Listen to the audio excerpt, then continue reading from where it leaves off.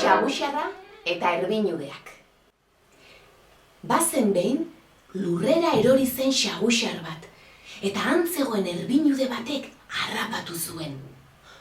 Hiltzeko zorian zegoela, xaguxarrak bizia salbatzeko erregutu zion. Erbinudeak aldiz, ezin zuela askatu esan zion. Bera, jaiotzetik txorien etxaia baitzen. Horren aurrean, xaguxarrak argi utzi nahi izan zuen, bera ez zela txoria, xagua baizik. Eta horrela, horren bizkorra izanik, bere akabera saihestea lortu zuen. Handik denbora batera, xaguxarra berriro beste erbinude batek harrapatu zuen. Eta hari ere ez irensteko eskatu zion.